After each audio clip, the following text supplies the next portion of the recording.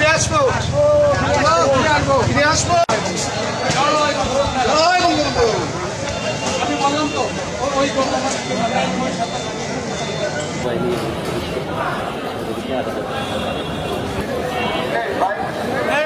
অজিত দা একটু সরে দাঁড়ান, সরে দাঁড়ান।